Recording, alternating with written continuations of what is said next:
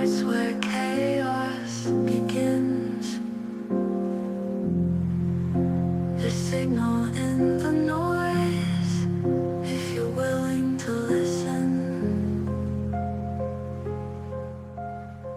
The upside of a memory is that it's a shared experience. Unfortunately, that's also its downside. Core memories, the ones burned in deep, the ones you can still smell, still taste, bind people for life. Sometimes that bond is love. Sometimes it's trauma. Often, it's both. Ask anyone who grew up in the same war zone of a childhood home. You might not speak to your sibling for decades, but the moment someone mentions burnt toast or you hear the sound of a slammed door, you feel them in your bones. A shared memory is a tether you don't get to cut. And now, thanks to social media, those tethers stretch even further. A memory isn't just between the people who lived it. It's between them and the audience they drag in with a click of a button marked post. That private joke becomes a TikTok with 500,000 views.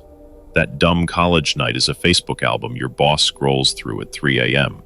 That fragile moment of vulnerability you thought belonged to just you and a friend? Congratulations. It's content now. Memories scale like media. They can sprawl into a polished YouTube log or shrink into a blurry Instagram photo nobody's looked at in years. Either way, they're archived, packaged, and waiting to be replayed. We still like to pretend memories are private keepsakes, little boxes stored in the attic of our skulls. But that's a lie. They're porous. They bleed into others, and other people bleed into them. A memory is a shared crime scene.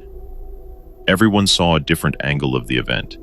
Everyone swears their version is the truth.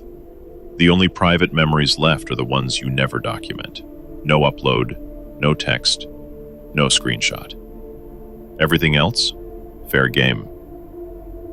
And yet, the connection memories create is their greatest upside. They link us across tables and decades. A single "remember when" can reduce a room to laughter over a joke that should have died 20 years ago. Families, friendships, relationships. Most are just a stack of recollections, stapled together. Fragile bonds holding everything intact. Without them, people drift apart. But here's the jagged edge. Documented memories get ugly when one person decides they don't want them anymore. One person's nostalgia is another's scar. One person's comfort is another's regret. When those collide, memory stops being connection. It becomes a battlefield. Who owns it then? You? Them? The algorithm? Pulling down a documented memory isn't just deleting a file. It strips away the joy, the solidarity of everyone who saw it, liked it, folded it into their own scrapbook. One person's regret collides with another's reminiscing, and suddenly memory isn't a bond anymore. It's a weapon. You've seen it happen, the breakup purge that erases years of photos, leaving half the circle bitter. The band that scrubs old videos, cutting fans off from their history. Families tearing each other apart over whether to keep a dead relative's account alive or shut it down. The question isn't what happened, it's who owns the right to remember it. And the truth is ugly. Once a memory is documented, you don't control it. You've signed it away, to the platform, to the cloud, to the faceless audience. Memory's upside, resonance, connection, recognition, flips into the downside when the connection curdles and the resonance turns to the harsh static of white noise. That's the curse of living in a documented age. Memories used to be fragile.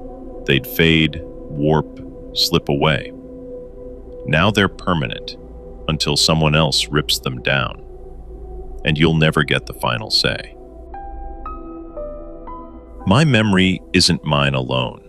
It's yours too, if you were there. And if we don't agree on the script, we're in for a fight. Maybe that's why some relationships collapse. Not because of what happened, but because we can't agree on how to remember it. So yeah, the upside of memory is that it binds us. It keeps us human. It ties us to love, to laughter, to nights that mattered. The downside is that it chains us to each other, to our past selves, and to the digital graveyards we keep digging with every scroll. So the next time someone says, "Remember when?" know you're stepping into dangerous territory. The upside is connection. The downside is confrontation, sometimes both at once. And maybe that's the real truth about memory. It's never neutral. It's always armed.